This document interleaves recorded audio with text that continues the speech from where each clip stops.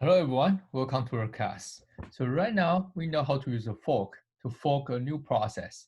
And today let's talk about shell. Actually, shell is implemented by using the fork.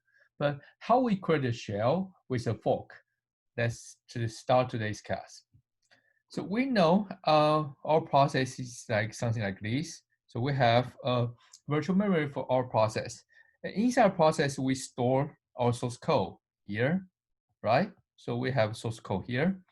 And today I want to show you example of fork. There's a new stuff we have to have to create the fork, the shell. So what's this? This is a execute. So execute is a system code. It can it can generate the code. It can run this code inside the process. But how it does? Actually, when you call this execute, it will remove everything inside your test, the source code, and change it to your new content here. So it's kind of replace the original code in the same process by a new process, new program, new source code. Okay, so if you got the idea, if you have program A here inside your process, program A, this is your process. When you inside this program A, you have this system code, and when you execute then this is will replace everything by the file you give it. So it will try to remove everything in this process, change to a new code, program B. This is the idea how to use this execute system code. And with this execute system code plus the fork, we can get the shell. But before that, let's talk about example how we use the execute in your systems. Okay, so this is an example for the execute. We can see inside this example, there's one line. Before we execute some stuff, we get the PID, process ID for this process, okay? Then we try to run something.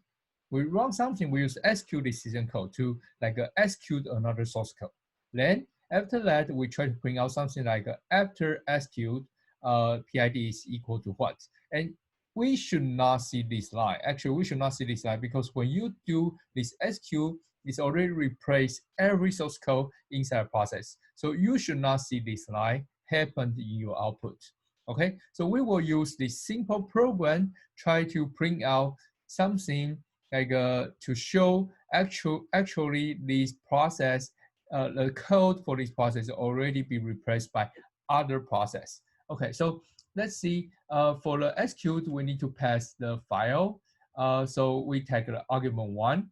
So we will pass the file name, the program name as the argument 1 as the argument of the original source code, pass into the main function and use this argument to create a new source code, to trigger a new source code and replace every content in the process. So we also provide argument plus 1 because we ignore our original program name. Then we just run the argument, start from the argument plus 1, which is the code we want to run. And we provide the same environment. Okay, so this is the sample code we have. And the code we are going to execute inside this program is the code we have before. We have a print argument source code. This print argument source code try to bring out every single argument it have for source code. Okay, but here I add one more line. I want to show what's the process ID for this source code.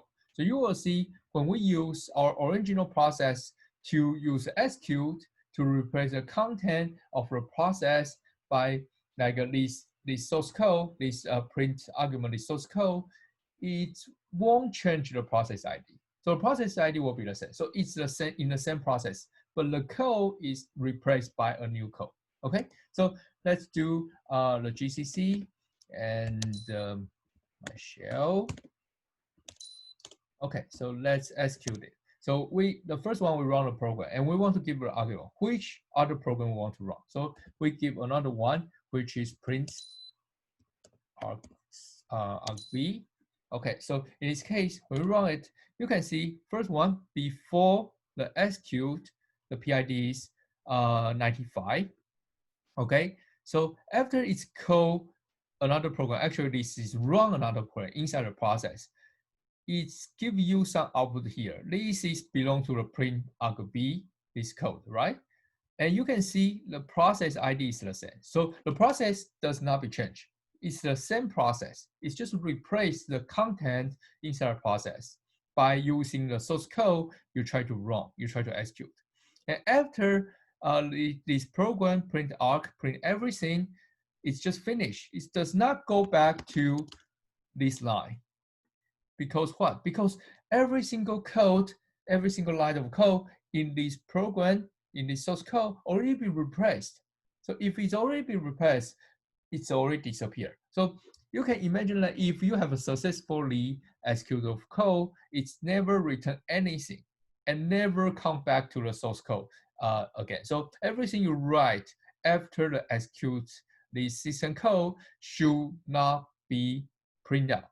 If you print out something after execute file, which means you got some like error when you like run this system code. Okay, so this is the idea how to use this execute this system code.